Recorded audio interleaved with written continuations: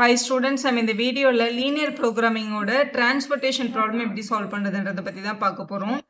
A company has two factories located at P and Q and has three depots situated as A, B and C. The weekly requirement of depot at A, B, C respectively 5 and 4 units.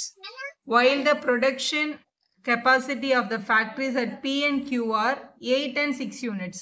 Pன்ற ஃபேக்டரியில இருந்து 8 unit ready பண்ண முடியும். Qன்ற ஃபேக்டரியில இருந்து வந்து 6 units தான் வந்து ready பண்ண முடியும்.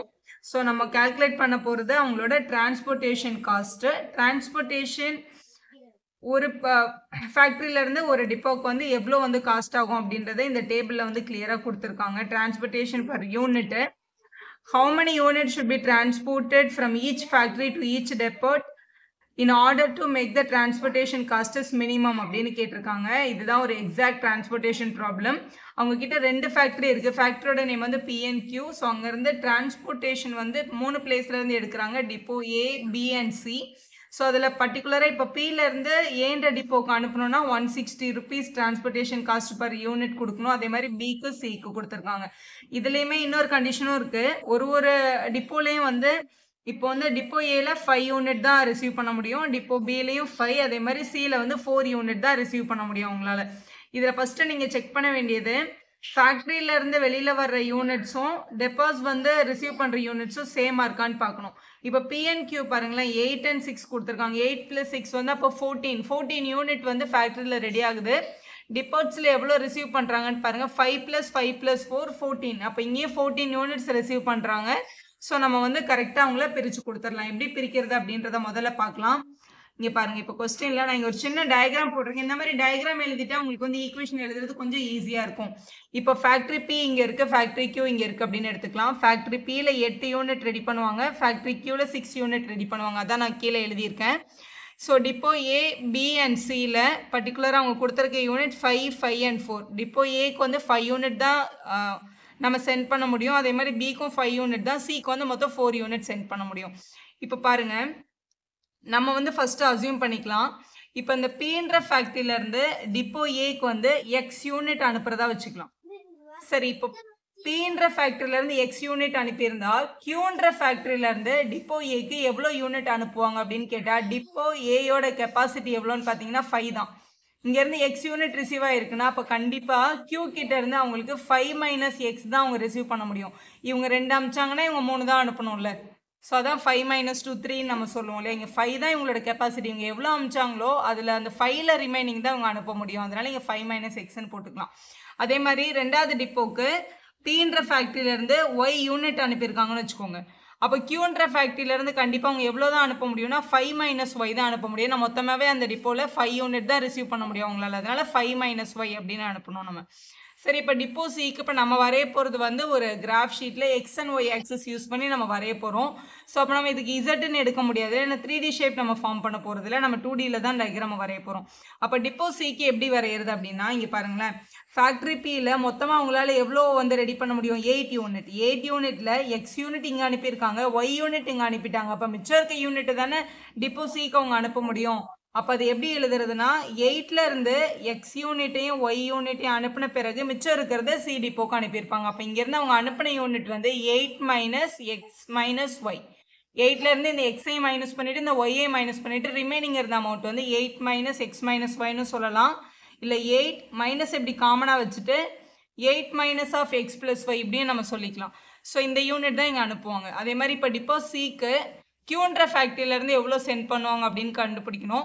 இப்போ டிப்போ Cயோட மொத்த கண்டென்ட் வந்து 4 யூனிட் தான் அவங்களால ரிசீவ் பண்ண முடியும்.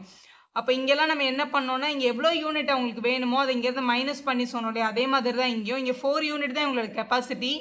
அப்போ 4 - இவங்க அனுப்பின டெபாசிட் வந்து மைனஸ் பண்ணிடணும் நம்ம. அதாவது 8 - X - Yயை மைனஸ் பண்ணிவிட்டு ரிமைனிங் தான் இவங்க அனுப்பியிருப்பாங்க. இதை வந்து உள்ளே எடுத்துகிட்டு போயிடலாம். அப்போ 4 - 8 மைனஸ் இன்ட்டு மைனஸ் வந்து +X ஆகிடும். இந்த மைனஸ் இன்ட்டு மைனஸ் வந்து +Y ஆகிடும். 4ம் 8ம் நம்ம மைனஸ் பண்ணிட்டோம்னா -4ன்னு கிடைக்கும். அப்போ X + Y -4 அப்படின்னு எழுதிக்கலாம். அப்போ இவ்வளோ யூனிட் தான் Qன்ற ஃபேக்டரியிலேருந்து டிப்போ Cக்கு போயிருக்கோம். இப்போ நம்ம வரைஞ்சிருக்க இந்த டயக்ராம் கரெக்டு தானே அப்படின்னு பார்க்கறதுக்கு இங்கே பாருங்களேன், ஃபேக்ட்ரி பியும் ஃபேக்ட்ரி கியூவும் அனுப்பின இந்த ரெண்டுத்தையும் ஆட் பண்ணி பார்த்தீங்கன்னா இந்த யூனிட் வரணும். இப்போ எக்ஸும் 5 மைனஸ் எக்ஸும் ஆட் பண்ணால் ப்ளஸ் எக்ஸ் மைனஸ் கட் ஆகிட்டு 5 வருது. அதே மாதிரி இதை ஆட் பண்ணாலும் plus y 5 minus y cut ஆகிட்டு 5 யூனிட் வருது. அதே மாதிரி இவங்களே நம்ம ஆட் பண்ணி பார்த்தோம் அப்படின்னா 4 யூனிட் வந்ததுன்னா நம்ம எழுதியிருக்க சம் வந்து கரெக்டாக இருக்கதா அர்த்தம். ஸோ கரெக்டாக கிடைக்குது. இப்போ பாருங்க, இவங்க கொடுத்துருக்க இந்த காஸ்ட் இருக்கு இல்லையா, இதையும் இந்த டேபிள்ல எழுதிக்கலாம். இப்போ ஈஸியாக இருக்கும். இப்போ வந்து ஃபர்ஸ்ட் ஃபேக்ட்ரி பியிலேருந்து ஏன்ற டிப்போக்கு 160 யூனிட் வந்து காஸ்ட்டு, அதாவது ஒரு யூனிட்டுக்கு 160 ருபீஸ். நம்ம இங்கே வந்து 160ன்னு எழுதிக்கலாம். அதே மாதிரி டிப்போ பிக்கு வந்து 100 ருபீஸ் சார்ஜ் சொல்லியிருக்காங்க. இவங்களுக்கு வந்து 150ன்னு சொல்லியிருக்காங்க பின்ற ஃபேக்ட்ரி. அதே மாதிரி கியூன்ற ஃபேக்ட்ரியிலேருந்து ஃபஸ்ட்டு இவங்களுக்கு 100 சொல்லியிருக்காங்க, இவங்களுக்கு வந்து 120, இவங்களுக்கு திருப்பியும் 100ன்னு கொடுத்துருக்காங்க. இப்போ உங்களோட ஆம்பிஷன் என்ன கொஸ்டினில் transportation cost is minimum. Transportation cost minimum வர்றதுக்கான ப்ராப்ளம் தான் உங்களை சால்வ் பண்ண சொல்லியிருக்காங்க.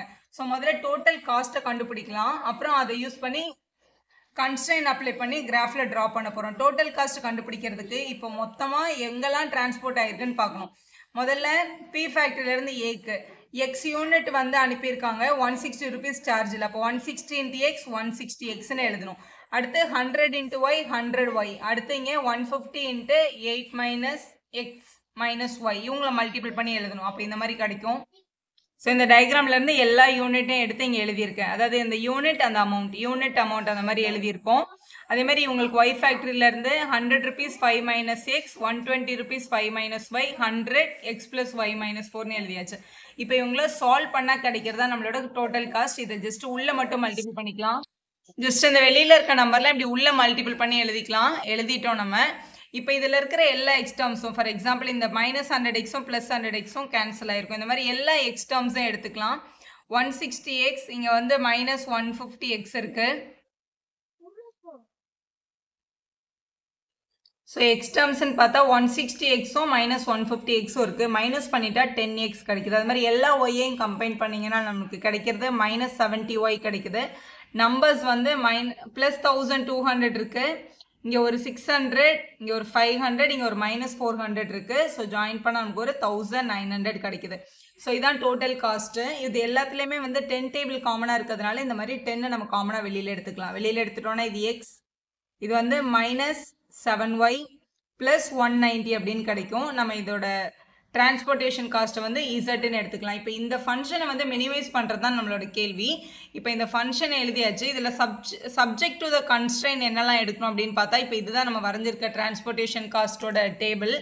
டிரான்ஸ்போர்ட்டேஷன் அப்படின்னு பார்க்கும்போது நம்ம அட்லீஸ்ட் இப்போ இந்த ஃபேக்ட்ரியிலேருந்து எக்ஸ் யூனிட், இந்த ஃபேக்ட்ரியிலேருந்து ஒய் யூனிட்னு சொல்கிறோம்ல, இதில் பேசிக் வந்து எக்ஸ்ன்ற வேல்யூ வந்து கண்டிப்பாக greater than or equal to 0வா இருக்கணும். அதே மாதிரி ஒய்யும் greater than or equal to 0வா இருக்கணும். ஏன் அப்படின்னா நம்ம நெகட்டிவ் நம்பரில் எந்த யூனிட்டும் அனுப்ப முடியாது அப்படின்றதுனால அதை ஃபர்ஸ்ட் எழுதிக்கோங்க. இப்போ அதே மாதிரி இப்போ எக்ஸ்ன்ற யூனிட் இருக்குல்ல, இதில் மேக்ஸிமம் வந்து 5 யூனிட் அனுப்பலாம் இங்கேருந்து. ஏன்னா எக்ஸ்ன்றது டெப்போ ஏக்கு போயிருக்கு. இங்கே டெப்போ ஏவோட மேக்ஸிமம் எவ்வளோ ஏற்றுக்குன்னா 5 யூனிட் தான். அப்போ இங்கேருந்து 5 வேணால் அனுப்ப முடியும் நம்மளால். அப்போ எக்ஸ் வந்து மேக்ஸிமம் 5 தான் இருக்கணும். அப்போ 5ஆக இருக்கலாம், இல்லைனா 5ஐ விட கம்மியாக இருக்கணும் அப்படின்னு அர்த்தம். ஒன்று 0 விட பெருசாக இருக்கணும் ஃபஸ்ட்டு, அடுத்து 5ஐ விட கண்டிப்பாக கம்மியாக இருக்கணும், இல்லை 5ஆக இருக்கலாம். இந்த ஃபேக்ட்ரியிலேருந்து 5 யூனிட் அனுப்பிட்டாங்கன்னா இந்த ஃபேக்ட்ரியிலேருந்து 0 தான் அனுப்ப முடியும். ஏன்னா டெப்போயோட கெப்பாசிட்டி வந்து 5 யூனிட் தான் அப்படின்னு அர்த்தம். அதே மாதிரி இப்போ இந்த ஒய் யூனிட் இருக்குது பாருங்களேன், இந்த ஒய் யூனிட் வந்து டெப்போ பிக்கு போயிருக்கு. டிப்போ பியோட கெப்பாசிட்டி எவ்வளோ யூனிட் தான்? 5 யூனிட் தான். அப்போ இந்த ஒய் வந்து மேக்ஸிமம் 5 யூனிட் தான் அனுப்ப முடியும், அதை விட அதிகமாக அனுப்பவே முடியாது. அப்போ இந்த ஒய்யோட வேல்யூவும் கண்டிப்பாக less than or equal to 5ஆக தான் இருக்க முடியும் அப்படின்றத எழுதிக்கோங்க. இது உங்களோட ரெண்டாவது கன்ஸ்ட்ரெயின். மூணாவது கன்ஸ்ட்ரெயின் பாருங்கள், எக்ஸும் ஒய்யும் ஜாயின் பண்ணி. ஸோ இதிலேருந்து எழுதியாச்சு, இதிலேருந்து எழுதியாச்சு. இப்போ இதிலேருந்து எழுத போகிறோம். இதில் எக்ஸ் ப்ளஸ் ஒய் மைனஸ் 4 அப்படின்னு கிடச்சிருக்குல்ல, எக்ஸ் ப்ளஸ் ஒய் ஆட் பண்ணி அதிலேருந்து மைனஸ் 4 பண்ணியிருக்காங்க. அப்போ இந்த எக்ஸ் ப்ளஸ் ஒய்யோட வேல்யூ வந்து ஒன்று 4ஆவோ இல்லை 4ஐ விட பெரிய நம்பராகவோ தான் இருக்கணும். அப்போ தான் மைனஸ் 4 பண்ணும்போது வேல்யூ நமக்கு பாசிட்டிவில் கிடைக்கும், நெகட்டிவில் கிடைக்கக்கூடாது. நெகட்டிவில் கிடைக்கக்கூடாது அப்படின்றதுனால நம்ம என்னென்னு எழுதிக்கலாம், x plus y value always greater than or equal to 4ஆக இருக்கணும் அப்படின்றத எழுதிக்கலாம். அதே மாதிரி இங்கே பாருங்கள், மேலே ஒரு கன்ஸ்ட்ரெயின்ட் இருக்குது, 8 மைனஸ் எக்ஸ் ப்ளஸ் ஒய்ன்னு இருக்குது. அப்போ இந்த எக்ஸ் ப்ளஸ் ஒய்ன்ற வேல்யூ 8லேருந்து மைனஸ் ஆகுறதுனால இது மேபி 8ஆக இருந்திருக்கணும், இல்லை 8ஐ விட சின்ன நம்பராக இருந்திருக்கணும். 8ஐ விட பெரிய நம்பர் நம்ம இங்கே போடவே முடியாது. அப்படி போட்டால் நமக்கு நெகட்டிவில் வேல்யூ வந்துடும்ல. அப்போ இந்த எக்ஸ் ப்ளஸ் ஒய் எப்படி இருக்கணும்னா ஒன்று 8 இருக்கலாம், இல்லைனா 8 விட கண்டிப்பாக கம்மியாக இருக்கணும் அப்படின்றதுனால இந்த கன்ஸ்ட்ரெயின் எடுக்கணும். இந்த 4 தான் உங்களோட கன்ஸ்ட்ரெயின். இதை யூஸ் பண்ணி தான் நம்ம கிராஃப் வரைய போகிறோம்.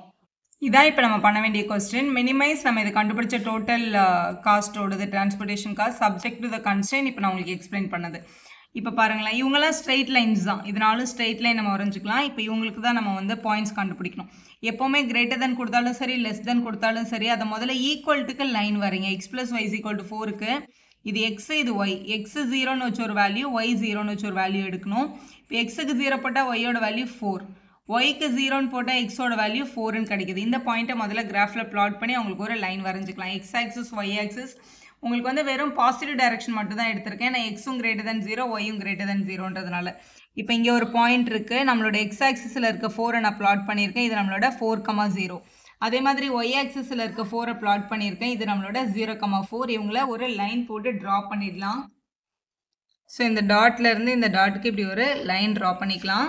ஸோ இது ஃபர்ஸ்ட் லைன். இதே மாதிரி இப்போ இந்த ரெண்டாவது லைனை ஃபைண்ட் பண்ணுங்கள். ரெண்டாவது லைனில் எக்ஸ் + ஒய் <= 8ன்னு இருந்துச்சு. அப்போ எக்ஸ் + ஒய் = 8க்கு வரையணும். இப்போ இங்கே எக்ஸ், இங்கே ஒய். எக்ஸுக்கு 0, ஒய்க்கு 0. எக்ஸில் 0 போட்டால் ஒய் = 8ன்னு கிடைக்கும். ஒயில் 0 போட்டால் எக்ஸ் = 8ன்னு கிடைக்கும். இந்த பாயிண்ட்டை பிளாட் பண்ணிடலாம். 8,0 எக்ஸ் ஆக்சிஸில் 8, 0,8னா ஒய் ஆக்சிஸில் 8. ரெண்டுத்தையும் பிளாட் பண்ணிவிட்டு இந்த ரெண்டு பாயிண்ட்டையும் ஜாயின் பண்ணி இப்படி ஒரு லைன் ட்ரா பண்ணிக்கோங்க. ஸோ லைன் ட்ரா பண்ணியாச்சு. நம்ம ரெண்டு கன்ஸ்ட்ரெயினுக்கான ஸ்ட்ரெயிட் லைன் மட்டும் வரைஞ்சிருக்கோம். இப்போ மேலே இருந்த ரெண்டு கன்ஸ்ட்ரெயின் என்னன்னு பார்க்கலாம். மேலே இருக்க கன்ஸ்ட்ரெயின் பாருங்களேன். ஃபஸ்ட்டு இது வந்து எக்ஸ் = 0 அப்படின்னா இது ஒய் ஆக்சிஸ் மீன் பண்ணுது. இது வந்து ஒய் = 0னா எக்ஸ் ஆக்சிஸை மீன் பண்ணுது. ஸோ இது ஓகே. இது முதல்ல ஈக்குவல்ட்டுன்னு வச்சு முதல்ல லைனை ட்ரா பண்ணுங்கள். இது வந்து எக்ஸ் = 5, இது வந்து ஒய் = 5ன்னு எடுத்துக்கோங்க. அப்போ எக்ஸ் = 5க்கு லைன் எப்படி ட்ரா பண்ணுறதுன்னா, எக்ஸ் ஆக்சிஸோட 5ன்ற நம்பர் இருக்குல்ல, இதான் நம்மளோட எக்ஸ் ஆக்சிஸ். எக்ஸ் ஆக்சிஸோட 5ன்ற நம்பர் இருக்கா, இந்த எக்ஸ் ஆக்சிஸோட 5ன்ற பாயிண்டில் ஒரு ஸ்ட்ரெயிட் லைன் நம்ம வரையணும். இங்கே இப்படி ஒரு ஸ்ட்ரெயிட் லைன் வரைஞ்சிட்டோம்னா இதுதான் நம்மளோட எக்ஸ் = 5. பென்சிலில் ட்ரா பண்ணால் தெரியல, ஸோ நான் அதை பிளாக் பெனில் ட்ரா பண்ணியிருக்கேன். அதே மாதிரி ஒய் = 5னா ஒய் ஆக்சிஸோட 5ன்ற நம்பர்லேருந்து ஒய் ஆக்சிஸோட 5னா ஒய்யோட 5ன்ற நம்பருக்கு நேராக இப்படி ஒரு லைன் போட்டிங்கன்னா அதுதான் y = 5 அப்படின்ற லைன். இதுதான் உங்களோட x = 5ன்ற லைன். நம்ம முதல்ல வரைஞ்ச இந்த கிராஃப் x + y = 4ஓடது. இது x + y = 8. கண்டிப்பாக இந்த லைன் மேலே அந்த ஈக்குவேஷன் எழுதிக்கோங்க. ஸோ நம்ம ட்ரா பண்ணியாச்சு. இப்போ எங்கே ஷேடட் போர்ஷன் அப்படின்னு நம்ம பார்க்க போகிறோம். இப்போ இந்த லைனுக்கு மேலே ரீஜனா கீழே ரீஜனான்னு பார்க்கணும். சப்போஸ் இப்போ இதுதான் நம்ம கன்ஸ்ட்ரெயின் நம்ம முதல்ல எழுதுனது. இப்போ x + y = <8ன்னு இருக்கா, இந்த லைன் இங்கே இருக்குது. ஈக்குவல்ட்டில் இந்த லைன் இங்கே இருக்கா, இதில் இந்த லைனுக்கு மேலேயோ இல்லை கீழேயோ ஏதாவது ஒரு பாயிண்ட் எடுத்து இல்லை சப்ஸ்டியூட் பண்ணி பார்க்கணும். நம்ம யூஸ்வலாக 0,0 எடுத்து சப்ஸ்டியூட் பண்ணி பார்க்குறது வழக்கம். ஏன்னா லைன் 0,0 வழியாக போகல, அதனால 0,0 வழியாக ஒரு பாயிண்ட் எடுத்து இதை சப்ஸ்டியூட் பண்ணி பார்க்குறோம். 0 <= 8ன்னு வருது. இது ட்ரூ தானே, 8ஐ விட 0 சின்ன நம்பர் தான். அப்போ இந்த லைனுக்கு 0,0ன்றது ட்ரூ அப்படின்னு கிடச்சிருக்கு. அப்போ இந்த லைனுக்கு கீழே என்னோட சொல்யூஷன், இந்த லைனுக்கு கீழே தான் என் சொல்யூஷன் இருக்குது அப்படின்னு அர்த்தம். சரி, இப்போ இந்த ரெண்டாவது லைன் x + y = 4 இருக்குல்ல, இப்போ இதுக்கு சப்ஸ்டியூட் பண்ணி பார்க்கலாம். இப்போ எக்ஸுக்கும் ஒய்க்கும் நான் 0,0ன்னு சப்ஸ்டியூட் பண்ணுறேன். அப்போ 0 > 4ன்னு கிடைக்கும். 0 > 4ன்றது ஆக்சுவலாக ஃபால்ஸு. அப்போ இந்த லைனுக்கு 0,0 சொல்யூஷனில் இல்லைன்னு அர்த்தம். அப்போ இந்த லைனுக்கு கீழே சொல்யூஷன் கிடையாது, இந்த லைனுக்கு மேலே தான் சொல்யூஷன் அப்படின்னு நம்ம கண்டுபிடிக்கிறோம். அப்போ இந்த லைனுக்கு கீழே சொல்யூஷன், இந்த லைனுக்கு மேலே சொல்யூஷன். ஏன்னா உங்களுக்கு 0,0 சாட்டிஸ்ஃபை ஆகிறதுனால இது கீழே நோக்கி சொல்யூஷன் வருது. இல்லை 0,0 வந்து சொல்யூஷன் ஆகலை, ஃபால்ஸ்ன்னு வரதுனால இது மேலே சொல்யூஷன் போகுதுன்னு தெரிஞ்சுக்கோங்க. அப்போ இவங்க ரெண்டு பேருக்கும் காமன் ரீஜன் இவங்களுக்கு நடுவில் கிடைக்குது. அது மட்டும் இல்லாமல் நம்ம இங்கே இன்னும் 2 ஸ்ட்ரெயிட் லைன் வரைஞ்சிருக்கோம் இல்லையா, அவங்களுக்கும் எங்கே வந்து காமன் ரீஜன்றதை நம்ம செக் பண்ணோம். இப்போ முதல்ல இங்கே எக்ஸ் வந்து <= 5ன்னு இருக்குது. எக்ஸோட வேல்யூ <= 5 ஏன்னா 5ஐ விட கம்மியாக இருக்கணும் அப்படின்னு அர்த்தம். அப்போ <5னா இந்த லைனுக்கு இந்த சைடு தான் ஷேட் பண்ணணும், இந்த சைடு ஷேட் பண்ணக்கூடாதுன்னு அர்த்தம். அதே மாதிரி ஒய்யோட வேல்யூவும் பாருங்கள் 5ஐ விட கம்மியாக இருக்கணும் அப்படின்னு வந்திருக்கு. அப்போ ஒய் ஆக்சிஸில் நான் ட்ரா பண்ணியிருக்க லைனுக்கும் ஒய் <5ன்றதுனால இங்கே இதுக்கு கீழே தான் ஷேட் பண்ணணும், இதுக்கு மேலே எந்த ஷேடிங்கும் கிடையாது அப்படின்னு அர்த்தம். அப்போ நம்மளோட ஷேடட் போர்ஷன் இதுதான். இப்போ ஷேட் பண்ணியாச்சு. அவங்க சொன்ன எல்லா கன்ஸ்ட்ரெயினும் சாட்டிஸ்ஃபை ஆகிற ரீஜனில் ஷேட் பண்ணிட்டேன். இங்கே கீழே நான் ஷேட் பண்ணல, ஏன்னா இது வந்து y is equal to 0ன்ற லைன் இருக்கு. y is equal to 0னா x axis குறிக்கும். அப்ப x axisக்கு கீழே எந்த ஷேடும் வரக்கூடாது. y axisக்கு இந்த பக்கமும் எந்த ஷேடும் வரக்கூடாது. அப்ப இங்க எத்தனை கார்னர் பாயிண்ட் இருக்கு பாருங்களேன். இந்த 4,0ன்றது ஒரு கார்னர் பாயிண்ட். நம்ம இதை பாயிண்ட் ஏன்னு எடுத்துக்கலாம். அப்போ கார்னர் பாயிண்ட்ல எடுத்தீங்க நான் லிஸ்ட் பண்ணிக்கிறேன். முதல் பாயிண்ட் வந்து 4,0 அப்படின்னு கிடைச்சிருக்கு. ரெண்டாவது பாயிண்ட் இங்க இருக்கு. இது நம்மளோட 5ன்ற பாயிண்ட். அப்போ இது 5,0 இந்த பாயிண்ட்டை நம்ம பின்னு அசியூம் பண்ணிக்கலாம். அப்போ பின்ற பாயிண்ட் வந்து 5,0 கார்னர். நம்மளோட அந்த feasible ரீஜனில் இருக்க எல்லா கார்னரையும் நம்ம எடுக்கணும். அடுத்து இந்த பாயிண்ட்டை பாருங்கள். இந்த பாயிண்ட் எக்ஸ் ஆக்சிஸில் 5லையும் ஒய் ஆக்சிஸில் 3லையும் இருக்குது. நம்ம இந்த பாயிண்ட்டை சின்னு எடுத்துக்கலாம். இது நம்மளோட 5,3ன்ற பாயிண்ட்டு. இப்போ சி வந்து 5,3 அப்படின்னு எழுதிக்கலாம். அடுத்த பாயிண்ட் இங்கே இருக்குது. இந்த பாயிண்ட் எக்ஸ் ஆக்சிஸில் 3லையும் ஒய் ஆக்சிஸில் 5லையும் இருக்குது. நம்ம இதை டின்னு எடுத்துக்கலாம். 3,5. அப்போ டியோட பாயிண்ட் வந்து 3,5 அப்படின்னு எழுதிக்கோங்க. நெக்ஸ்ட் பாயிண்ட்டு இந்த பாயிண்ட் எடுத்துக்கோங்க. இது ஒரு கார்னர் பாயிண்ட் இ. இது வந்து ஒய் ஆக்சிஸில் 5, அதனால இதை நம்ம 0,5 அப்படின்னு எழுதணும். அப்போ ஈன்ற பாயிண்ட் வந்து 0,5 தான். அடுத்து இந்த கடைசி பாயிண்ட் இங்கே இருக்குது. இதை வந்து நம்ம எஃப்னு எடுத்துக்கலாம். இது ஆக்சுவலாக நம்ம இங்கே எழுதியிருக்கோம் 0,4ன்ற பாயிண்ட். அப்போ எஃப் வந்து 0,4 அப்படின்னு எழுதியிருக்கோம். ஸோ இதில் மொத்தம் 6 கார்னர் பாயிண்ட் இருக்குது. 1 2 3 4 5 6 6 கார்னர் பாயிண்ட்டையும் எடுத்து எழுதிட்டோம். இப்போ இதில் இசட் வேல்யூ எங்கே மினிமம்னு பார்க்க போகிறோம். z is equal to 10 into x minus 7y plus 190ன்றது தான் டோட்டல் காஸ்ட்டை நம்ம ஃபஸ்ட்டு ஸ்டார்டிங்கில் கண்டுபிடிச்சது. இதில் தான் சப்ஸ்டியூட் பண்ணணும். இப்போ 4,0னா எக்ஸுக்கு பதிலாக 4ம் ஒய்க்கு பதிலாக 0வும் சப்ஸ்டியூட் பண்ணணும். இப்போ இங்கே எக்ஸுக்கு 0வும் ஒய் சரி எக்ஸோட பிளேஸில் 4னும் ஒய்யோட பிளேஸில் 0வும் நம்ம சப்ஸ்டியூட் பண்ணணும். அப்படி பண்ணும்போது இந்த டேர்ம் 0 ஆகிடும், இது 4 ஆகிடும். 4 + 190னா 194 கிடைக்கும். 194 கூட 10 மல்டிபிள் பண்ணால் 1940 கிடைக்கும். இதே மாதிரி தான் எல்லா டேர்மும். நெக்ஸ்ட்டு எக்ஸில் 5 போட்டு ஒயில் வந்து 0 போடுறோம். இங்கே 5 போட்டால் 5யும் 190 195 195 கூட 10 மல்டிபிள் பண்ணால் 1950 கிடைக்கும். இதே மாதிரி ஒரு வேல்யூவாக சப்ஸ்டியூட் பண்ணுங்கள். ஃபஸ்ட் நம்பரை எக்ஸ்லையும் ரெண்டாவது நம்பரை இங்கே ஒய்லையும் சப்ஸ்டியூட் பண்ணி ஃபைனலாக இந்த 10ல் மல்டிபிள் பண்ணால் 5,3 போடும்போது 1740 கிடைக்குது. 3,5 போடும்போது 1580 கிடைக்குது. இது உங்கள் டைம் வேஸ்ட் ஆகும் தான் நான் மல்டிபிள் பண்ணி எழுதி வச்சுருக்கேன்.